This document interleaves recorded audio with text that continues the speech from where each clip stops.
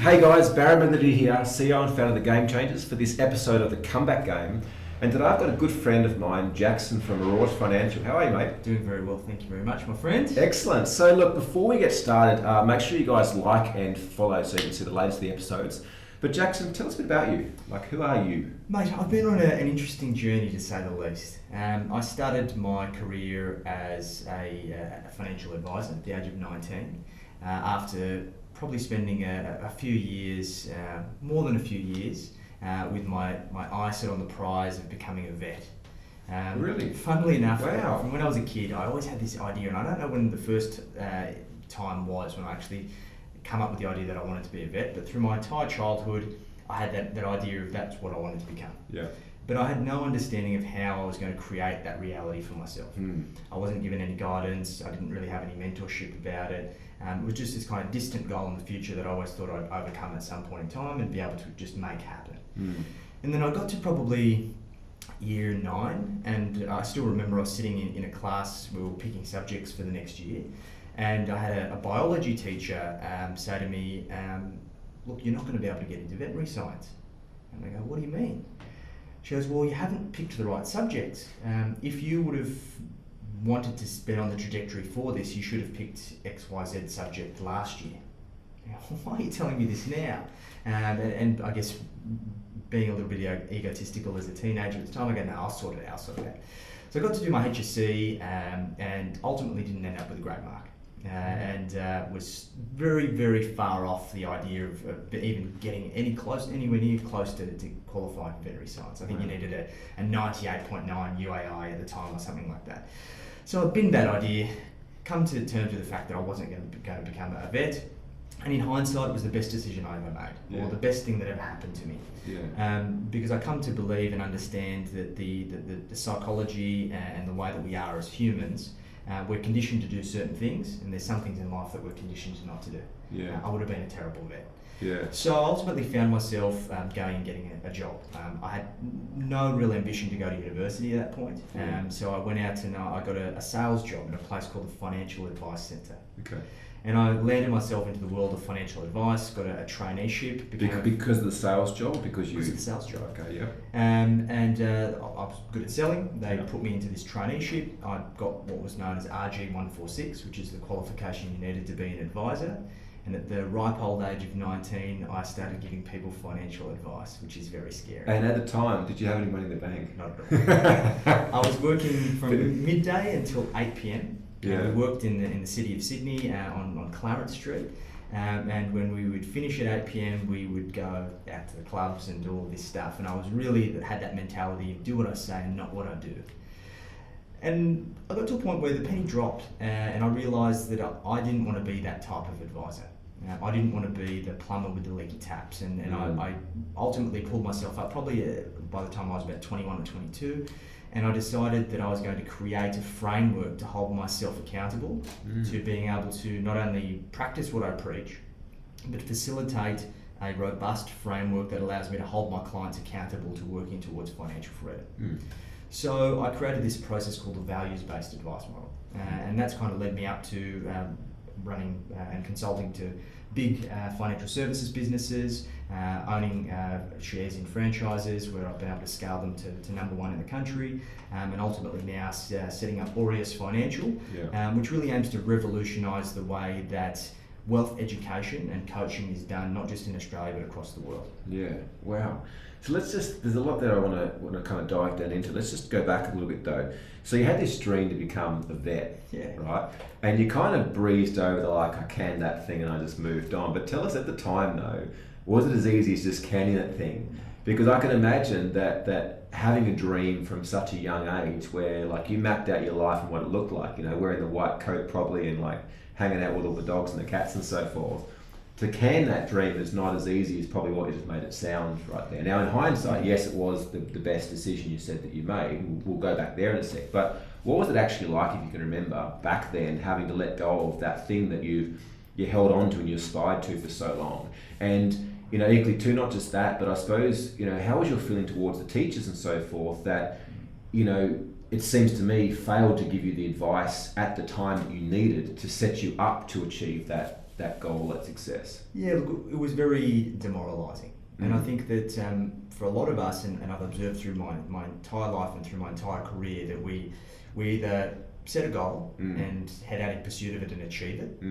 And typically you don't reset your goals and you take your foot off the accelerator. Or you set a goal and you go out in pursuit of it and you fall short. And you then don't reset a goal and your foot comes off the accelerator.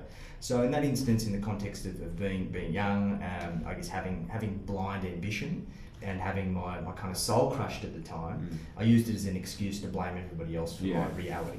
And I was just floating along. I fell into a position, and look, I think fate guided me there in one way or another. Because funnily enough, when my dad migrated from Chile to Australia when he was in his 20s, he actually became what was then referred to as a life agent, which is now what the kind of financial advisor has evolved from. And he basically done exactly the same career trajectory at a very similar age to me. And I didn't even know. It wasn't until I landed myself in the role, I got my RG146 and I actually started telling him about what I was doing. He goes, yeah, I used to do that. So it was very, very strange and bizarre. And just the world has a funny way of working itself out. Well, there's a couple of things you said. Like, one is the faith thing, is that I wouldn't necessarily say that I'm religious, but I would say that I'm quite spiritual. And I do believe that everything happens for a reason. You know, I've always believed that. Now, whether that was a bullshit story that I used to tell myself growing up because it's the only way I could get through the pain that I experienced growing up, or whether there was some truth inside of me that just had that knowing. But it's certainly something I've seen, is that often in life a lot of people push and pursue for that goal or for something in life without, number one, maybe understanding why they're actually really pursuing that. Or if they do understand, like maybe pursuing something that's actually not in flow of what they're here to do or what they're designed to do. And this is often where I see that a lot of challenge and a lot of adversity comes up when life is kind of trying to give us an indication that some way in which we're living is not in rapport or not in integrity with a deeper purpose or a sense of deeper self. And that's where I see a lot of people get stuck, and you would have experienced that being at the younger age, is getting stuck because we have these hopes or dreams around how we want life to kind of turn out for us. But what do we base those hopes and dreams off? Like, where was that idea planted around you actually wanting to be a vet in the first place? Like, where did that grow from? I was at a workshop yesterday and we were talking a lot around inception and inception marketing, right? And how we're so open to. There's a line in the movie Inception, right? And he said something like what's the most powerful, resilient thing, more powerful than a parasite, and blah blah blah. And he talks about it's an idea, and that's the whole frame of that movie Inception, which I think is brilliant. Is that they plant the right idea, and nothing that's too. If the idea is too abstract or too big, they can wake from the dream and know that it's not actually their own thought. But the idea is just the right idea at just the right time. It's amazing how our life can move forwards in a trajectory in which we end up where we are, sometimes wondering how we even got here.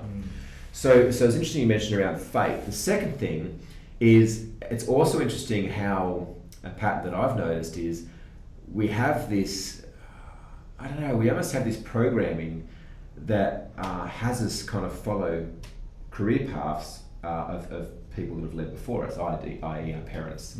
So I'm really, really, really fascinated by the fact, and that's something to know about you, that your dad was actually that life planner or a financial planner, and that you've then chosen to find yourself, without even consciously knowing, or not consciously knowing, but maybe knowing, to a position where you're now a financial planner.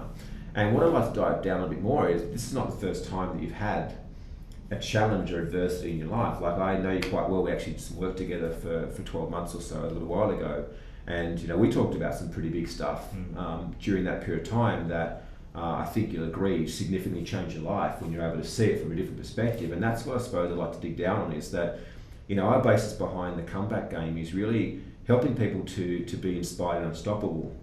And what I see gets people stuck, as I mentioned before, is the fact that they have this challenge or adversity and they're so stuck in the problem, they're not actually able to see how that problem or that challenge is serving them. Correct. Because it doesn't fit with their idealism of what life should look like for them, and they get stuck. So I'd like to dive into a little bit more around, understanding what have been some of the challenges, like that one around not being able to complete your vet science course. It's obviously landed you here, which, you know, you guys are killing it. You're doing very, very well. For what I know, you're very, very happy. A lot of things are happening, but that could have been different if you had to continue down the path of blaming your teachers, blaming life, blaming the world for you not getting what you want and chucking a tantrum at that stage. Yet something inside of you chose to not give up. Something inside of you chose you to kind of develop that experience of being inspired and unstoppable, which has now landed you here where you are more consciously choosing the life that you like. Well, here's the thing, right? So I've got a big gripe with the traditional education system. Yeah. And I think that a lot of my experience that I had has come back to that. Yeah. That we're taught all of these things that speak to our strategic, our thinking brain, our neocortex, right? And we're not given options on the menu to be able to make good emotional decisions based on who we are inside, who we represent ourselves as internally. Now, I believe that for a number of reasons, how the path that I ended up on was something that I did inherently inherited from my parents. Yeah. Because we do take something from our 100%. parents. Yep. And whether that be behavioural or from a spirit perspective, and it's funny if you say spirit, is that a lot of people refer to spirit as something in the external environment. But spirit's internal. Yeah. And it's our internal state which projects into our external state that creates this roadmap, this path which we ultimately follow. Yeah. But it becomes a self-fulfilling prophecy. Yeah. And what I found is that it took me a really long time through blaming the external environment, given that I didn't have the tools to be able to deal with the internal state, that I was actually able to come to the realisation that I was in 100% complete control over my destiny. And although there were options that presented themselves and things seemed to happen as if they were fate, I was creating that reality for myself. Yeah. And it was when I actually come to that realisation, and I believe it was around that similar time to when I created that model, that was me coming to terms with the fact of my own shortcomings, of taking the time to stop and say, Jackson, you're not living a life that you ultimately desire. You are ignoring the harsh reality of your situation, so therefore you need to do something about this. And not only do something about it for yourself, but do something about it for the people that surround you, the people that look to you for advice. So it was around that time that I developed that, and then that's allowed me to get on the growth trajectory that I've been on to be able to achieve all of these phenomenal things. And it allowed me to put myself into a position where if I said I was going to do something, if I basically made a commitment to myself to do something, that even though I may not have had the answers at the time of how I was going to achieve it, I was always able to find a way. So I'm a strong believer in that you either find a way or you find an excuse. Yeah. And for a lot of us, particularly when we're younger, when we don't have that life experience, we do make excuses. And unfortunately it becomes a habit that we continue to show and exhibit for a lot of our lives until we get to that breaking point, that fork in the road where we say, is enough enough? Are we happy to accept this as our reality moving forwards? Or do we want to do something to change this? And that was the question I was going to ask, and maybe you just answered it, but I want to make sure it's clear for both myself and for the people out there watching, listening to this, is what was that moment? Like, what was that moment, the defining moment? Because, you know, I'm sure I speak on behalf of many people out there, that there's probably a lot of people out there listening and watching this right now that are stuck in blame or are stuck in, you know, excuses of why they haven't got what they want out of life. You know, their partner, their kids, their boss, you know, their employer, the economy, like, you know, their staff, their workers, their clients, whatever it is. You know, I know we all still have that. I've never met anyone that doesn't still have some form of a bit of excuse playing around somewhere. So what was that point? What was that defining moment where it's like, okay, things got to change? As soon as you say that, I had a vision, a memory that popped into my head. And I remember that my dad always used to come back to this story that he always used to tell me about the day that I was born. And it was either the day I was born or the day that I was leaving the hospital when I was born. So Dad was telling me that we were in Millan Hospital, and he had me in a pram, and he was going towards a lift, and the lift doors were closing, and the lift was full of people. And Dad yelled out basically, hold the lift, Jackson Millan's coming. And everyone kind of like, okay, someone put their hand out and opened the door, and I was like, who's Jackson Millan? And they go, he's Jackson Millan. So he comes into the lift with me in a pram. And it was full of doctors and other people that were in there, nurses and whatnot. And I remember him telling me, he said, look, someone in the lift, there was a lady there that said, Jackson Millan, wow, I'm going to hear that name one day. That's going to be someone really important. And Dad always used to tell me this story. And the defining moment in my life where I made that choice was about, am I living to my fullest potential? And I think that we all get to a crossroads in our lives. We have that defining moment where we need to ask ourselves, are we in a position where we're going to leave a meaningful legacy in this world and going to be remembered the way that we want to? And unfortunately for many of us, we're so busy battling with life that we never take that time to actually think about that at any more than a fleeting thought. And a lot of us just tend to, if we don't have that moment and we're not willing to come face to face with it and make the ultimate decision, we just make excuses. So it was at that point, I was very lucky that it happened to me quite young, that I was able to change the trajectory for the course of my life. And I write about this a lot in my book, because there was a couple of defining moments where I had a number of significant crossroads. And I ultimately made the decision to take the high road, to work towards my fullest potential, as opposed to wasting my life away. And how do you know, this is such a fascinating conversation, because it's like a summary of many things that myself and Michelle has been talking about the last few weeks, is like, how do you know what that legacy or leaving something meaningful looks like? Because I don't know, like maybe it's just me, or maybe it's other people out there can relate as well, is that, like, you know, I think a lot of people get stuck on leaving something meaningful, leaving a legacy is like impacting millions of people, you know, or making such a massive impact. But it could be as simple as like just raising your two children to the best of your ability. Correct. And setting them up to provide them with you know, all the possibilities of success when they get on, not because you leave them a shitload of money, but because you educate them and you develop their mind, and you develop their curiosity, you develop who they are as people. So how does somebody define like what they want to do with their life? And especially, how do they define that when they may be stuck in a situation where they can't afford to pay their staff this week, or you know they're struggling to get clients in the door, or they're working 8 hours a week and they can't find a way out? Like how do they do that? Look, I think that for many of these people, they're looking and they're seeking motivation, and for a long time I did the same.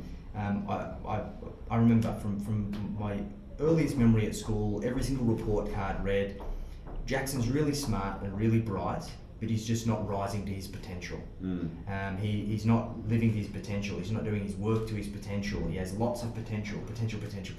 And it was all a matter of that I didn't have the motivation in order to see myself to rise to my fullest potential. And it wasn't that I had a motivation problem, it's that I had a vision problem. That I was not 100% crystal clear on what it is that I was motivated towards. And I think that for a lot of us, because we are so blinded by the harsh reality of our day to day, putting food on the table, paying the mortgage, paying our staff on time, paying our creditors, all of these things, reporting to our investors, whoever it may be, that we can't see through the mist to be able to see a clear picture of what it is that we're working so hard for. What I've been able to do through my own personal development, through working with you particularly, I've been able to get more and more clear on what it is that I'm actually working towards. And then therefore the motivation comes. Yeah. Because it's a matter of, do you want that? Yeah. And is that what you want to become, or do you not? Yeah.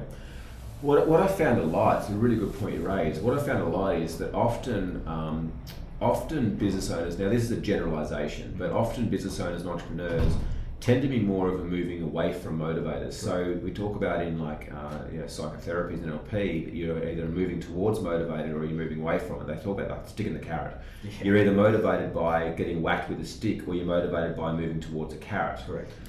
So are you motivated by moving towards the promised land and pleasure, or are you motivated by moving away from pain?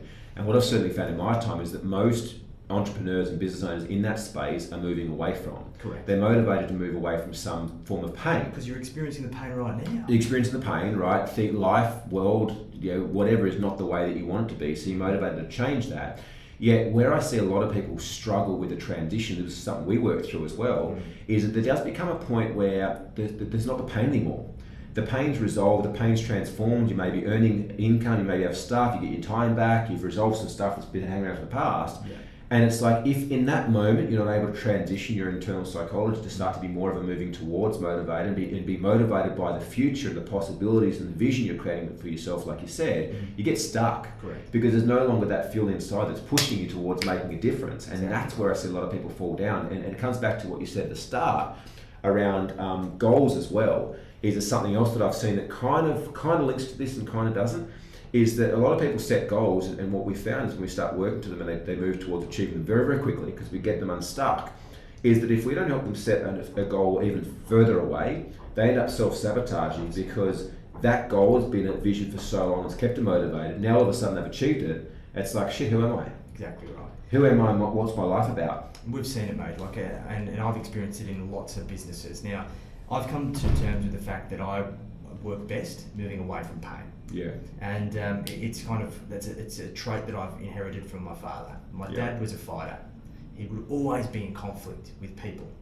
He would always be arguing with the boss. He'd be arguing with a work colleague. It was ultimately the reason why he didn't succeed in the wealth industry is because he didn't have the character to be able to hold his poker face, to be able to diffuse that anger that really brewed up inside him. And ultimately he ended up in blue collar conflicts in a white collar environment, which ultimately landed him to only be able to work in a blue collar environment because it was kind of that hustle and bustle, that kind of macho environment where he could represent himself that way. Yeah. Now, what I found is that I had those same traits that were coming up, and I was constantly finding myself in conflict, and it just wasn't productive. So I found, well, okay, I work best in conflict environments, in high pressure situations where I'm fighting with somebody. So I need to pick fights with things that aren't going to cause any pain to myself, to my team, to my family, or anyone else. So I pick fights with industries, I pick fights with occupations, I pick fights with big things that are really inanimate objects. So the biggest fight that I picked was with the word financial planner or financial advisor. I hate the word because the traditional sense of the word, it's evolved from an insurance salesperson, like what my dad was doing back in the 80s. And it was ultimately that evolved into a strategic role of somebody who's supposed to, from an outsider's perspective looking in, help guide you to achieve financial freedom. And it's not the case. So I said, I'm going to bin that word. I'm going to pick a fight with every financial advisor and every financial planner in the country, and not just in the country, across the world, because America is worse. And I'm going to adopt the term wealth coach. So that allowed me to be in an environment where I can get that fire in my belly and constantly be looking to finish that fight. So that's the reason why I built this brand around myself, the Wealth Mentor, and I've created an environment where I can flourish. Now, of course, I've got ambitious goals that I'm working towards the pleasure, but I'm constantly working away from pain. And if I don't create that thing behind me that's chasing me, the fire that's kind of breathing down my neck, I can't flourish. And I think a lot of business owners struggle to do that because they're so fearful of being in that painful environment, they kind of just curl into a ball, into that defense mechanism, waiting for the pain to hit them again. And unfortunately, it becomes a self-fulfilling prophecy that if you're waiting for the pain, it's going to come. And the pain they're waiting for, though, too, is not the pain of picking a fight with financial planners. The pain is, the pain of experiences they had when they were younger, the pain of not being able to pay bills, the pain of, problem clients or getting sued or working too many hours or fighting with their partner, not being there for the kids, all that other shit that goes on. That's the pain that they're used to moving away from. But they, like you said, can actually, we can actually use that as fuel for the future if you're willing to take the time to stop and get curious and think and look at what's happening. Yeah, cool. And so tell me then, like, what has been the biggest defining moment for you? Like, I know there's been a few. What's been the biggest thing, do you think, that's made the biggest impact in your life? I think the biggest impact in my life that's allowed me to take this next stage is the passing of my father. So my dad passed away last February. We actually went to Queenstown for a retreat the month after, and you saw how I was. I hadn't dealt with the situation yet. I was basically, it hadn't hit me yet. I was normal from my perspective and from our conversations. And I even come up to you and go, Barry, this isn't normal. I'm not dealing with this situation. I haven't dealt with it. It hasn't hit me. And you took me through that exercise, that family constellation. That was scary. That was so scary. It's probably one of the scariest things that I've ever experienced. And it was from that point onwards that I realised that that constant creating of that pain was the biggest motivating force. It allowed me to move on to create something great. So everything that I've done from that point is paying homage to my dad. I created his bucket list of all the things that he said he was going to do, and he was a big dreamer. He always said he was going to do all these things. He had all these $1 million ideas. He'd always been tough luck. That life just wasn't kind to him, and that's the reason he wasn't successful. So I would set out to prove in his honour that I was going to complete all the things that he started. So from that point, and I think it was when we got to Lombok, the following quarter, I said I was going to write a book. And then the following month I went to Brazil for 2 months and I finished my book in 2 months. We launched it this January. It's now international bestseller in 8 countries. It's here across 15 categories in 8 countries. Wow. I've set myself on the path to constantly strive for greatness. Yeah. So look, it seemed a bit woo, but that was the biggest motivating force because I think that on my dad's deathbed I said to him that I was going to make him proud.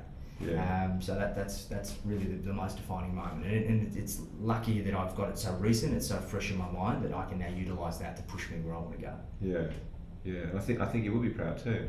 Look, it's bittersweet, but I think that look, such is life. I think there's no such thing as good or bad situations. It's a matter of perspective. Yeah. So I've celebrated my father's life and all the lessons that he's taught me, because similar to what you said before, although he didn't leave me millions of dollars, which I wouldn't have got as much value from in comparison to the life experience that he was able to give me. Yeah. The lessons that he was able to teach me, and the things that guide me from a principle standpoint each and every single day. Yeah. I was reading a psychology book the other day, and it spoke about that children will always act out their parents' unfulfilled dreams. And so it's like, you better fucking dream big, you know? Correct. And I was like, wow, it's so true when you look at it from an energetics level as well. Yeah, fascinating. It's the psychology and energetics and spirituality of life is so fascinating to dive down there and understand how we are actually the way that we are. There's signs. It's no coincidence that we're here having this conversation. It's no coincidence the stuff that's come up in the conversations, the occurrences that happen in your life. But it's a matter of do you choose them to fuel you and to see you moving forward, or to pull you down? Because like you mentioned, you can't get rich collecting a one-sided coin. Right, life is duality. Life is, cause and effect, is light and dark, is good and bad. But ultimately, none of that exists. Like, it just all is. It's just a matter of what do you choose to see it as. Exactly. What is the meaning that you're choosing to apply? It's not what happens that matters. It's what happens means. And so, what meaning? What meaning are you applying to life right now? What meaning are you applying to the relationship with your partner, to the relationship with your employees, to the relationship with yourself? What meaning are you applying to the fact that you have money or you don't have money right now? Do you have what you want or you don't have what you want? And if it's not what you want, change that. Correct.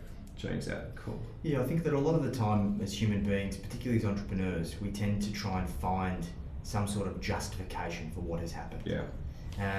And I think that that's sometimes our biggest shortcoming. Yeah. We're always looking for that "I told you so" moment. And you just have to embrace every situation. You either win or you learn. And I think one of my mentors once said to me, which is something that I've always circled back to, is that you have to fail fast in business. There's always going to be failure just around the corner, but if you're constantly in fear of that failure, you're never going to be successful. It's about pushing yourself out of that comfort zone to that next level where you actually see the biggest results. And it's about living on purpose. I think for a lot of us, given that we do tend to struggle in business, particularly when we're getting started, our mind is so set on those dollars and cents. That's not what it's about. It's a byproduct of what it is that we've gone out to create. And I know that every business venture that I've ever been in that has been a blind pursuit of money has failed. And it's because I didn't have that vision. Yeah. I was speaking to a guy last night, young guy here from Sydney actually. He's doing some pretty cool stuff, and he recently just launched a business. They raised like 15 million in capital for this business, and they did it all around getting an article featured on the front page of some high-end magazine. And not only did it featured on the front page for 4 days straight, which no one's ever been able to do. Now, this guy just hacks pretty much everything, but what I find interesting is his ability to work out what he wants and then find a way to get it. So kind of like a Tim Ferriss type thing. But the interesting thing to me is that I spoke to him last night and I was like, what is it that you really want? Because I'm always curious and fascinated what drives people, especially what drives people that have got like huge amounts of like success, finances, relationship, all that sort of stuff. And he said, oh, well, for me, he said, I want to make a lot of money off, I don't know if he said dumb people or dumb niches. Like, I want to make a lot of money in dumb niches so I can earn myself 3 to 4 billion so I can become the next Prime Minister. He said, because that's what we changed the game. He said, I want to fund a revolutionary change in the schooling system, because the schooling system is fundamentally broken, which is something that we've been working on a lot lately as well, is taking some of our stuff into the schooling system. And it just fascinated me, because although he's not passionate about specifically the business he's doing and the outcome, wherever the people he's serving, he's passionate about where he's going with that, and sees that pursuit of money is in pursuit of actually his vision and passion to essentially rule the country and create some positive impact. Because I think that in a lot of ways the government is letting us down, and it's the entrepreneurs of today and tomorrow that are actually making the real change out, and a lot of which no one even knows about. No, exactly right. So it's interesting. It's not necessarily having to be passionate about what you're physically doing, but if you can understand how to connect that to where you're going and what you want to achieve, and that you're passionate about, you can be doing what you're doing right now to make money. And I think it's important to have accountability to something bigger than yourself, because we're terribly accountable to ourselves. It's very hard to be accountable to yourself, because it's very easy for you to say, oh, okay, I'm not going to eat junk food anymore, I'm going to lose 10 kilos.